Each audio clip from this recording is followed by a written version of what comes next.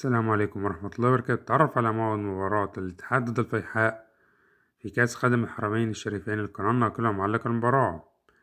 يلعب اليوم فريق الاتحاد ضد فريق الفيحاء في إطار مباراة دور ربع النهائي من بطولة كأس خادم الحرمين الشريفين، وتنطلق المباراة في تمام الساعة 5:30 مساء بتوقيت السعودية، وتنقل المباراة عبر قناة SSC HD1 بتعليق المعلق بلال علام. نعمل منكم ترك توقعاتكم عن نتيجة اللقاء.